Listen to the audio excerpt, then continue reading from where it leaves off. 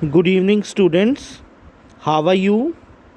See, we have completed two units from our syllabus. One is from chemistry and one is from physics. Today, we'll be starting our biology syllabus from unit number 5, that is the fundamental unit of life. ठीक है, देखिए जितने भी living organisms इस अर्थ के ऊपर present हैं, मैं बात कर रहा हूँ लिविंग ऑर्गेनिजम्स की, तो उनकी बॉडी का स्ट्रक्चर जो है बेटा, उनके अंदर कोई ना कोई सिमिलैरिटी तो होगी, जिसके कारण वो सारे के सारे लिविंग की कैटेगरी में आते हैं। ठीक है, तो ये वाला जो चैप्टर है हमारा, या यूनिट कह सकते हैं आप, ये उसी चीज़ के साथ डील करता है जो कि हमारी सबसे basic fundamental and structural unit है हर एक लिविंग ऑर्गेनिज्म में। ठीक है, स्ट्रक्चरल यूनिट का मतलब है जो कोई भी लिविंग ऑर्गेनिज्म है उसकी बॉडी का बेसिक डिज़ाइन इसी यूनिट का बना हुआ होता है। ठीक है, एंड फंडामेंटल प्लस में फंक्शनल यूनिट का मतलब जब ये यूनिट काम करेगी तभी हमारे आगे चलकर वो टिश्यूज़ बनेंगे, ऑर्गन बनेंगे एंड ऑर्गन सिस्टम्स डेवलप होते हैं। इसीलिए इसको basic fundamental structural and functional unit of life नाम दिया गया है। ठीक है, अब लेकिन मेन चैप्टर स्टार्ट करने से पहले हम थोड़ा सा हिस्ट्री में जाते हैं कि कहाँ से इस चीज़ की शुरुआत हुई थी।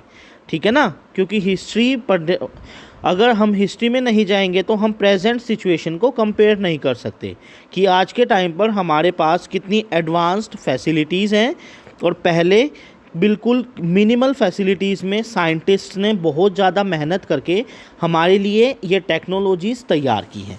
ठीक है, तो हम थोड़ी सी बात करते हैं ईयर 1665 की, जहाँ पर हमारे पास रॉबर्ट हुक नाम के साइंटिस्ट होते थे। ठीक है, रॉबर्ट हुक नाम के साइंटिस्ट थे। उन्होंने क्या करा, जो हमारे ट्री की बार्क होती है, बार्क के अंदर का पोर्शन होता है बेटा कोर्क। ठीक है, बार्क का मतलब जो मेन तना होता है ना हमारे बड़े से ट्री का, उसको अगर हम काट देते हैं तो उसके जो अंदर वाला पोर्शन होता है उसको हम कोर्क बोलते हैं। राइट, तो उन्होंने उस कोर्क के अंदर स्ट्रक्चर को स्टडी करने की कोशिश करी। ठीक है, स्ट्रक्चर को स्टडी करने की कोशिश जब करी, उन्होंने बिल्कुल सिंपल माइक्रोस्कोप यूज़ किया था। ठीक है ना, माइक्रोस्कोप एक ऐसी डिवाइस होती है जिससे कि हम माइक्रो ऑर्गेनिजम्स या बिल्कुल छोटे स्ट्रक्चर्स, चाहे वो लिविंग हो चाहे वो नॉन लिविंग हो, हम उनको स्टडी कर सकते हैं। ठीक है, तो उस टाइम पर हम बिल्कुल सिंपल माइक्रोस्कोप था, नॉर्मल लेंसेज का यूज़ होता था जिससे कि जो इमेज है वो मैग्नीफाई होकर दिखाई देती थी। ठीक है, तो रॉबर्ट हुक ने ये देखा कि जो वो कोर्क है उसके अंदर एक छोटे छोटे कंपार्टमेंट्स बने हुए हैं। क्या बने हुए हैं? कंपार्टमेंट्स, जिनको उन्होंने तो सेल का नाम दिया था। क्या नाम दिया था? सेल का। एंड उनकी लैंग्वेज में सेल का मतलब होता है लिटल रूम। ठीक है, लिटल रूम, इसीलिए सेल बोला गया था उनको, क्योंकि ये बिल्कुल छोटे छोटे स्पेसिस होते हैं। क्लियर है? लेकिन क्योंकि हमारे पास बिल्कुल कोई अच्छी फैसिलिटीज़ नहीं थी, नॉर्मल माइक्रोस्कोप था, तो इससे आगे रॉबर्ट हुक डिस्कवरीज नहीं कर पाए। लेकिन उन्होंने यहाँ पर एक हिंट दे दिया था कि जो बार्क ऑफ ट्री है उसके अंदर एक बेसिक फंडामेंटल यूनिट है जो बार बार रिपीट हो रही है, एंड उस रिपीटिंग यूनिट को नाम दिया गया था सेल। ठीक है, अब यहाँ पे मैं आपको एक एक्स्ट्रा चीज़ बता दूँ। अब क्योंकि जो बार्क ऑफ ट्री होती है वो डेड सेल्स की बनी हुई होती है, राइट, तो उन्होंने जो ये सेल डिस्कवर किए थे ये हमारे डेड सेल्स थे। कैसे सेल्स थे? डेड सेल्स थे। ठीक है, जिनका मेटाबॉलिज्म इतना वर्किंग स्टेट में नहीं था। मेटाबॉलिज्म क्या होता है? मेटाबॉलिज्म का मतलब है सेल के अंदर जितनी भी केमिकल रिएक्शंस हो रही है ना, उनको हम मेटाबॉलिज्म बोलते हैं। ठीक है, अब जो आपका 9th क्लास का सिलेबस होता है उसके अंदर हमें अनियन पील की स्लाइड्स ऑब्जर्व करनी होती हैं। देखो, अगर आप लोगों ने कभी भी प्याज काटा होगा, ठीक है, तो एक पतली सी बिल्कुल ट्रांसल्यूसेंट सी लेयर निकल कर आती है। ठीक है ना, प्याज का छिलका उतारने के बाद एक ट्रांसल्यूसेंट लेयर दिखाई देती है हमें, एंड जब हम उसको माइक्रोस्कोप के अंडर ऑब्जर्व करते हैं किसके अंदर? माइक्रोस्कोप के अंदर हम उसको ऑब्जर्व करते हैं तो हमें उसका स्ट्रक्चर कुछ इस तरीके से दिखाई देता है, ठीक है, अनियन पील का स्ट्रक्चर। तो जो ये स्ट्रक्चर हमें दिखाई देता है, यहाँ पर भी हम कह सकते हैं कि जिस तरीके से हमें रॉबर्ट हुक ने बताया था कि एक स्मॉल कंपार्टमेंट्स प्रेजेंट होते हैं, ठीक है ना, जो पूरी यूनिट को बना रहे हैं, तो बिल्कुल उसी तरीके से हमें अनियन पील में भी वैसा ही कुछ दिखाई दिया। अनियन पील में भी हमें ये छोटे छोटे कंपार्टमेंट्स दिखाई दिए, ठीक है। तो यहाँ से ही कंफर्म होता है कि जो उन्होंने ऑब्जर्वेशन ली थी वो बिल्कुल सही थी, ठीक है, क्लियर है। अब हम बार बार एक वर्ड यूज़ कर रहे हैं, माइक्रोस्कोप। माइक्रोस्कोप की मैंने डेफिनेशन तो बता दी, ठीक है। अब हम देखते हैं हमारे माइक्रोस्कोप का स्ट्रक्चर, ठीक है। माइक्रोस्कोप हमारे पास जनरली 3 टाइप्स के होते हैं। हमारे जो माइक्रोस्कोप्स हैं वो 3 टाइप्स के होते हैं। फर्स्ट वन हमारा था सिंपल माइक्रोस्कोप, जो कि रॉबर्ट हुक ने यूज़ किया था, जिसमें ज़्यादा कुछ नहीं होता, नॉर्मल लेंसेज होते हैं, मैग्नीफाइंग ग्लासेस होते हैं, जिससे कि जो इमेज है वो हमें मैग्नीफाइड दिखती है, जूम होकर दिखती है एक तरीके से। सेकंड होता है कंपाउंड माइक्रोस्कोप, जिसकी डिटेल हम करने वाले हैं, ठीक है। कंपाउंड माइक्रोस्कोप जो है वो सबसे ज़्यादा यूज़ होने वाला माइक्रोस्कोप है लेबोरेटरीज़ के अंदर, ठीक है। एंड जब हमें कोई भी स्ट्रक्चर बहुत ही ज़्यादा बारीकी से स्टडी करना होता है, या फिर वो स्ट्रक्चर ही इतना छोटा है कि वो हमें कंपाउंड माइक्रोस्कोप से नहीं दिखाई देता, तो तब हम यूज़ करते हैं इलेक्ट्रॉन माइक्रोस्कोप, ठीक है, जिसकी मैग्नीफाइंग पावर बहुत ज़्यादा होती है, ठीक है। कई 10,000 टू लाख टाइम्स इनकी मैग्नीफाइंग पावर होती है। जो हमारे कंपाउंड माइक्रोस्कोप हैं उनकी मैग्नीफाइंग पावर 10x होती है, फिर आपकी 40x होती है, 100x होती है, 400x होती है, इस टाइप से होती है, ठीक है। लेकिन जो इलेक्ट्रॉन माइक्रोस्कोप हैं उनकी 10,000x भी हो सकती है, अप टू 1 लाख x हो सकती है, ठीक है ना, क्योंकि उनकी मैग्नीफाइंग पावर बहुत ज़्यादा है, तो वो स्ट्रक्चर को बहुत ही अच्छे तरीके से खोलकर हमें दिखाता है, ठीक है। अब जो ये आपको साइड में पिक्चर दिख रही है, ये हमारे कंपाउंड माइक्रोस्कोप की है, क्योंकि जब आप लेबोरेटरीज़ में काम करेंगे अपने स्कूल या एकेडमी पर, तो आप लोगों को ये वाला माइक्रोस्कोप बहुत कॉमनली देखने को मिल जाएगा, ठीक है। तो अगर हम किसी चीज़ को यूज़ कर रहे हैं तो हमें उसका स्ट्रक्चर पता होना बहुत ज़रूरी है, क्योंकि अगर हमें उसके पार्ट्स ही नहीं पता हैं तो हम उसको यूज़ नहीं कर पाएंगे, राइट। तो अब देखिए, अब हम इसको स्टडी करेंगे, इसके पार्ट्स को 1 बाय 1। हम स्टार्ट करते हैं आई पीस के साथ। देखिए ये आपके आई पीसेस है, ठीक है। आई पीसेस जो हैं इसके थ्रू जो ऑब्जर्वर है वो अपने स्पेसिमेन को देखता है, ठीक है, मतलब यहाँ से हमें देखना होता है। उसके बाद जो ये नीचे एडजस्टमेंट आपको दिख रही है, ये है आपकी डायोप्टर एडजस्टमेंट। उसका रीज़न क्या है? देखिए सभी की जो आई साइट होती है वो सेम तो नहीं होती, कुछ के स्पेक्टिकल्स होते हैं, कुछ की नॉर्मल आँखें होती हैं, एंड जिनके स्पेक्टिकल्स होते हैं उनके भी पावर अलग अलग होती है ना, किसी को पास का दिखाई नहीं देता, किसी को दूर का दिखाई नहीं देता, है ना। तो सभी की जो स्पेक्स की पावर है वो अलग अलग होती है, तो वो अपने हिसाब से यहाँ से अरेंज कर सकते हैं ताकि उन्हें जो विज़न है वो क्लियर दिखाई दे, ठीक है। अब देखिए ये है आपका हेड, सबसे ऊपर वाले पोर्शन को हम हेड बोलते हैं। उसके बाद ये है आर्म, ये जो आर्म आपको दिख रहा है ये हैंडल होता है, ठीक है। यहाँ से हम माइक्रोस्कोप को पकड़ते हैं और हैंडल करते हैं, इसको सेट करते हैं, ठीक है ना। एक तरीके से अगर हमें उठाकर रखना है तो हम इन छोटी छोटी बारीक चीज़ों को नहीं छेड़ते, हम इस हैंडल से, ये जो आर्म है ना हमारा, इससे पकड़ते हैं अपने माइक्रोस्कोप को। एक हाथ हमारा आर्म को पकड़ता है एंड दूसरा हमारा बेस पर होता है, जिससे कि जो इसके सिस्टम है ना वो कभी भी बिगड़ेंगे नहीं, ठीक हो गया। उसके बाद देखिए ये है आपके नोज़ पीस, आपको जो ये दिख रहे हैं ना ये वाला, ये आपका कुछ इस तरीके से होता है, जो नोज़ पीस है वो आपका इस तरीके से होता है, ये रोटेटरी होता है, ठीक है। अब क्योंकि यहाँ पे आपको 3 दिखाई दे रहे हैं ना, तो देखिए ये वाला जो पोर्शन है, मैं एक बार कलर चेंज कर देता हूँ, ये वाला जो पोर्शन है यहाँ पर, ये यहाँ हमारे होते हैं ऑब्जेक्टिव लेंसेज। क्या होते हैं? Objective lenses. एंड ये लेंसेज जिस यूनिट के साथ अटैच्ड है इसको हम नोज़ पीस बोल रहे हैं, ठीक है। नोज़ पीस इसीलिए बोल रहे हैं क्योंकि हम इसको रोटेट कर सकते हैं। एंड ये जो 3 लेंसेज आपको दिख रहे हैं ये अलग अलग पावर के होते हैं। इनिशियली जब हम सबसे पहली बार अपना सैंपल रखेंगे माइक्रोस्कोप में देखने के लिए, तो हम उसको अपने सैंपल नंबर इसमें ऑब्जेक्टिव लेंस नंबर 1 पर रखते हैं, जो कि आपका 10x पावर का होता है, ठीक है।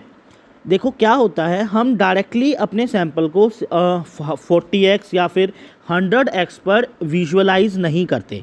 हम पहले उसको 10x पर देखेंगे, फिर उसकी पावर बढ़ाकर हम उसको 40x वाले पे देखते हैं, ठीक है। एंड उसके बाद हम उसको 100x वाले पर देखते हैं। अगर हम डायरेक्टली ही 100x पर देखने लग गए तो हमें उसका अच्छे से स्ट्रक्चर दिखाई नहीं देगा, क्योंकि हमें 10x वाली इमेज बुक्स में दिखाई देती है सबसे पहले, उसके बाद हम 40x पर पहुंचते हैं। मतलब जैसे एक कंपार्टमेंट दिख गया 40x पे, उस कंपार्टमेंट के अंदर जो कुछ है वो हमें अच्छे से दिखेगा।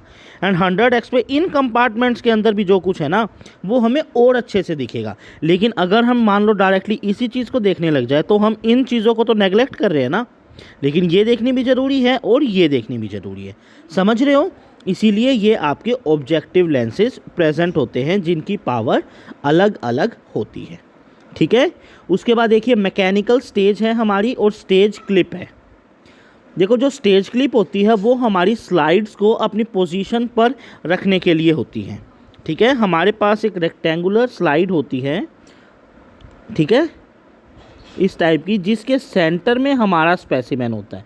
जो कुछ भी हमें ऑब्जर्व करना होता है हम उसको सेंटर पर ही रखते हैं, ठीक है। एंड इस स्लाइड को देखो जब हम देखेंगे तो किसी भी कंडीशन की वजह से ये हिलनी नहीं चाहिए, तो इसके साइड में हमारे ये स्टेज क्लिप्स प्रेजेंट होते हैं, जिनको हम रिमूव करें तो स्लाइड को बाहर निकाल सकते हैं या फिर अंदर वापस रख के एंड इन क्लिप्स को लगा दे तो ये अपनी पोजीशन पर सेट हो जाती है। क्लियर है। उसके बाद देखिए कंडेंसर, इल्यूमिनेटर, लाइट स्विच। अब यहाँ पर थोड़ा सा आपको ध्यान देना है। देखो जो ये आपका इल्यूमिनेटर और लाइट स्विच है, जो ये कंपाउंड माइक्रोस्कोप है ना, इसकी 2 वैरायटीज़ होती हैं। एक में तो ये हमारा एडवांस्ड टाइप का है जिसमें इल्यूमिनेटर और लाइट स्विच दे रखा है, मतलब ये आर्टिफिशियल लाइट से चलने वाला है, इसको बाहर सनलाइट की ज़रूरत नहीं है, ठीक है। लेकिन जो दूसरा होता है उसमें यहाँ पर जो हमारा बेस है ना वहाँ पर ऑलरेडी एक मिरर टाइप होता है, ठीक है। तो हमें उस मिरर को सेट करना होता है लाइट की डायरेक्शन में, जहाँ से लाइट आ रही है, सोर्स ऑफ लाइट जो है, उस मिरर को वहाँ पे एडजस्ट करेंगे, जिसकी रिफ्लेक्शन होकर कहाँ जाएगी, यहाँ पर जाएगी, इस स्टेज पर जाएगी। स्टेज में आपको ये एपर्चर दिख रहा है ना, तो यहाँ ये जो स्टेज है इसके बिल्कुल सेंटर में होता है ये एपर्चर, ठीक हो गया। तो लाइट रिफ्लेक्ट होकर यहाँ पर जाएगी, यहाँ पर ब्राइटनेस हो जाएगी, ठीक है।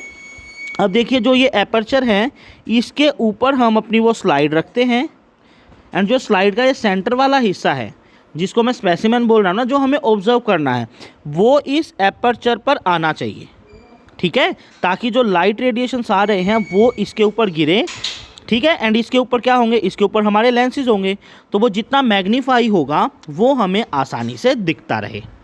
ये अरेंजमेंट समझ आ गई आपको किस तरीके से। तो एक तो है मिरर टाइप का जो हमारा नॉर्मली स्कूल्स में हम यूज़ करते हैं। दूसरा आजकल ये वाली वैरायटी चल रही है जिसमें, क्योंकि कई बार क्या होता है जो लैब्स वगैरह है ना वो ऐसी जगह पर होती है जहाँ पर सनलाइट की जो रेडिएशंस है वो हमें डायरेक्टली नहीं मिलती, ठीक है। अंदर की तरफ हो सकती हैं लैब्स जहाँ पर सनलाइट कम आती है या नहीं भी आती है। तो ये जो इल्यूमिनेटर होता है और लाइट स्विच है इसके अंदर आर्टिफिशियल बल्ब होता है, ठीक है। तो चाहे कहीं भी रखो आप माइक्रोस्कोप को, सोर्स ऑफ लाइट इसके अंदर ऑलरेडी फिटेड है, ठीक है। एंड फिट होने की वजह से हम इसको कभी भी कहीं भी यूज़ कर सकते हैं। क्लियर हो गया। उसका ये ब्राइटनेस एडजस्टमेंट है, ये जो लाइट है ना उसको थोड़ा सा डिम या थोड़ा सा ब्राइट कर सकते हैं depending on the weather conditions. अगर आपके रूम में बहुत ज़्यादा अंधेरा है तो हमें बहुत ज़्यादा ब्राइटनेस करनी पड़ेगी। अगर थोड़ी सी लाइट बाहर से भी आती है तो हम इसको मीडियम में रखते हैं, ठीक है। एंड अगर बहुत ज़्यादा सनलाइट है तो हम इसको लो पर रखेंगे क्योंकि इतनी ज़्यादा ब्राइटनेस की ज़रूरत नहीं है। क्लियर हो गया। उसके बाद देखिए ये हमारे 2 एडजस्टमेंट्स होती हैं। साथ में स्टेज कंट्रोलर है। स्टेज कंट्रोल्स का क्या मतलब है कि ये वाला जो पोर्शन है ये इस हिस्से से कनेक्टेड होता है। अगर यहाँ पे कुछ गड़बड़ हो गई तो ये अपनी जगह पर ऐसे डटा हुआ नहीं रहेगा, ये हिलता रहेगा, ठीक है ना, लेकिन ये हिलता हुआ नहीं होना चाहिए। तो ये हमारे स्टेज कंट्रोल्स है। क्लियर हो गया। ये जो आपको कोर्स एडजस्टमेंट और फाइन एडजस्टमेंट दिख रही है ना, ये आपकी काम आती है बेटा। जो ये मैग्नीफिकेशन हम देखते हैं ना, 10x पे देखी, फिर 45 या 40x पे। हाँ जी, देखिए ये जो मैंने आपको 10x, 40x और 100x बताया है ना, तो कुछ में जो पुराने आते हैं ना उनमें होती है आपकी 10x, 45x, कुछ में तो यही दो होती है। उनके अंदर जो ये आपके ऑब्जेक्टिव लेंसेज है वो दो ही हैं, 10x और 45x। कुछ में आपकी 10, 45, 90 भी हो सकती है। ये वेरिएशंस होती हैं, कुछ में 10, 40, 100 भी हो सकती है। तो ऐसा मत समझना कि नहीं सर हमारे स्कूल में तो 45x वाला था, आपने तो 40x बताया था। तो ये वेरिएशंस आपकी पॉसिबल हैं, ठीक है। वो तो कंपनी के ऊपर डिपेंड करता है वो कौन से मैग्नीफाइंग ग्लासेस यूज़ कर रही हैं। क्लियर है। तो हमें अब अगर हम नॉर्मली सिंपली देखें तो हमें क्या करना होता है, अपनी स्लाइड को इस स्टेज पर सेट करना है, ठीक है। एक बार मैं कलर चेंज कर लूँ। देखिए यहाँ पर आप ब्लू पेन को फॉलो करना है आपको। यहाँ पर स्लाइड को सेट करेंगे, स्विच को ऑन करेंगे, ब्राइटनेस को एडजस्ट करेंगे, उसके बाद सेट करेंगे यूजिंग ओक्यूलर लेंसेज, मतलब स्लाइड की पोजीशन को सेट करेंगे, देखेंगे तभी तो हमें पता चलेगा ना कि स्पेसिमेन कहाँ पर है। हो गया। उसके बाद हम कोर्स एडजस्टमेंट देखेंगे और फाइन एडजस्टमेंट देखेंगे, ठीक है।